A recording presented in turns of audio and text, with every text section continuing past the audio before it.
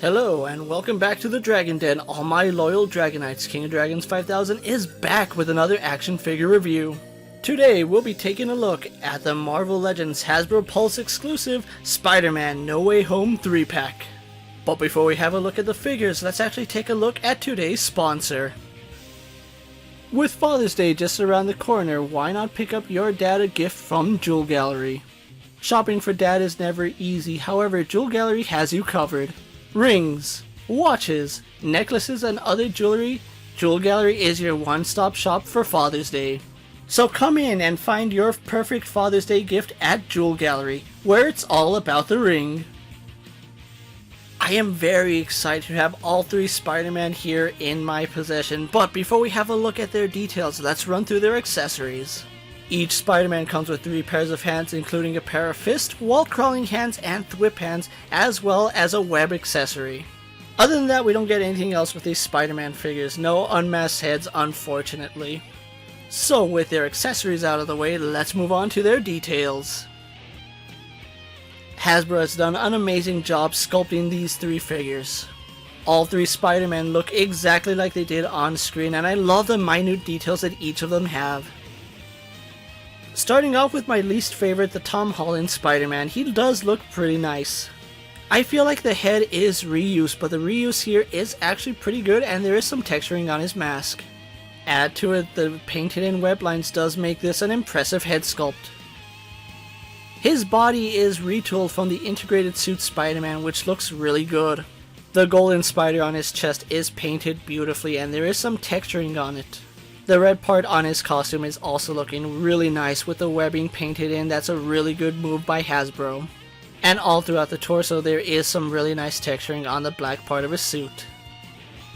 The gold accents continue onto his arms, where we do have some red lines going down the suit.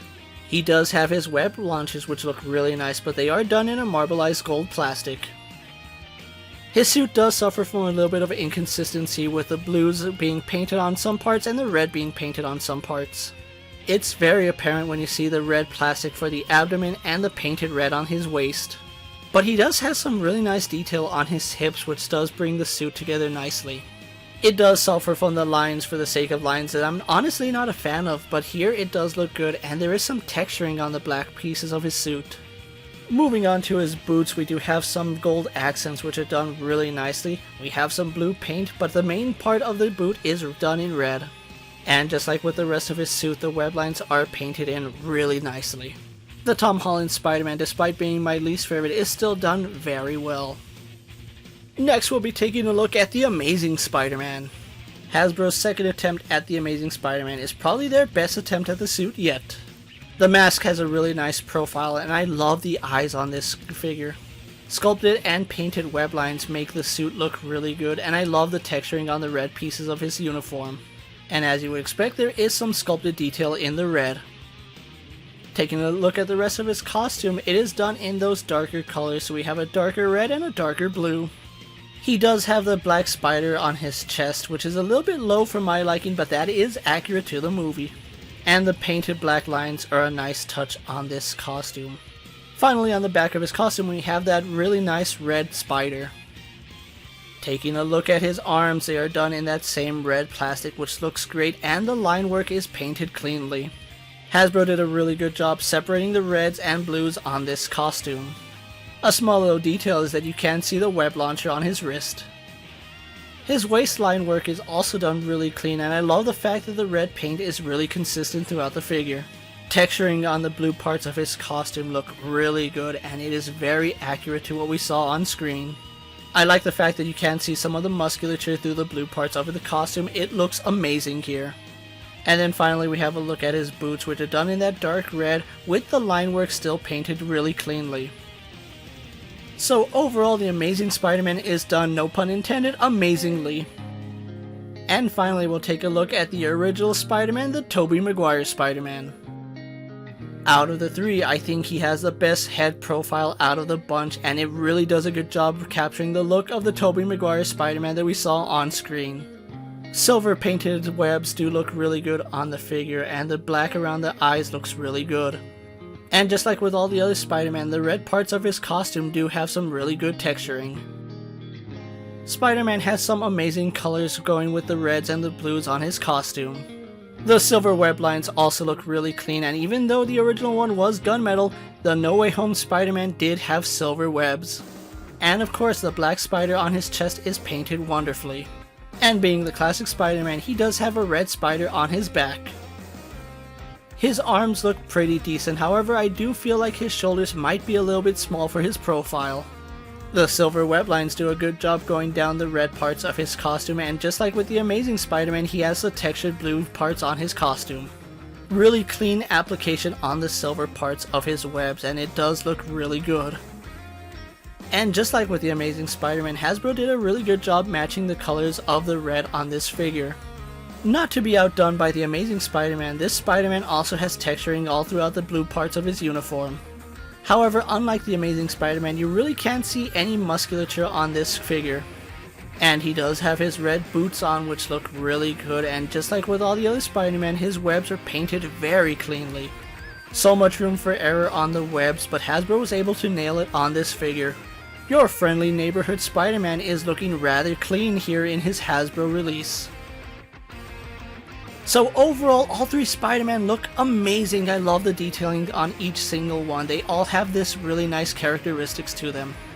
They all look perfect next to each other, but how do they stack up to other figures? Well, let's compare them to our usual suspects. Here we have the Spider-Man posed next to the Marvel Legends Cyclops and DC Multiverse Superman. Mattel's WWE Elite Series and Mezco's Wandsworth Collective Popeye the Sailor Man. And finally the Lightning Collection White Ranger and the Star Wars Black Series Mandalorian. So I love the fact that the sizes are pretty accurate to the actors themselves, with Tobey Maguire being the middle, Andrew Garfield being the tallest, and Tom Holland being the shortest.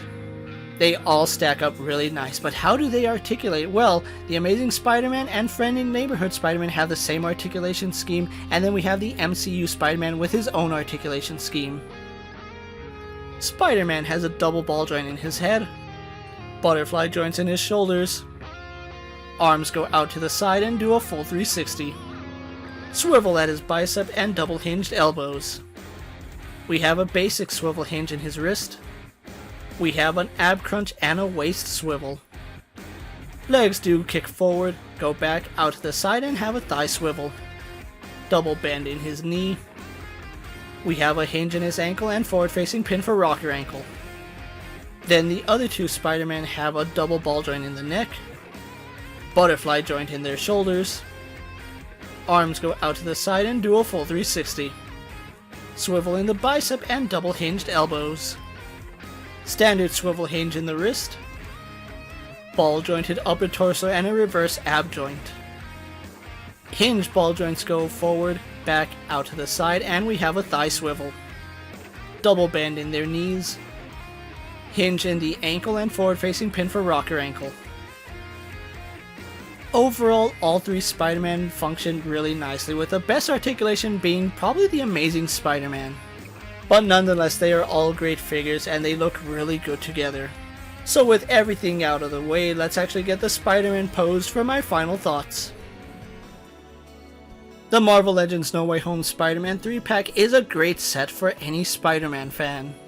I love the fact that Hasbro was finally able to give us a Tobey Maguire Spider-Man and updated their Andrew Garfield Spider-Man. Though I'm not a fan of the MCU Spider-Man outfit here, they did a really good job with it. I think out of the bunch, Tobey Maguire's Spider-Man is probably going to be the best costume, but my favorite is honestly the Amazing Spider-Man costume. I love the fact that all three Spider-Man get a pair of fists, their thwip hands, and wall-crawling hands. Alternate heads would have been really nice to have on this set, with the Tom Holland head, Tobey Maguire head, and Andrew Garfield head. Licensing issues might be the cause of why we didn't get those head sculpts, but overall still a great set to own. I think where this set shines the best is in the paint and detail. The paint is very clean, and the sculpt work on each of these Spider-Man figures is top notch.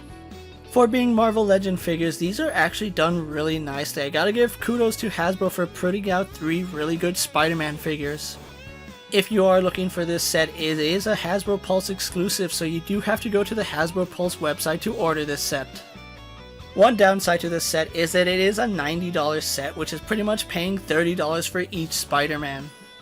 If you can justify the $90 and you're okay getting another MCU Spider-Man set, this is a really good set to own. Add to it, it's been almost 15 years since we got our last Tobey Maguire Spider-Man suit, so overall, must-have set for the Tobey Maguire fans, Andrew Garfield fans, and the Tom Holland fans.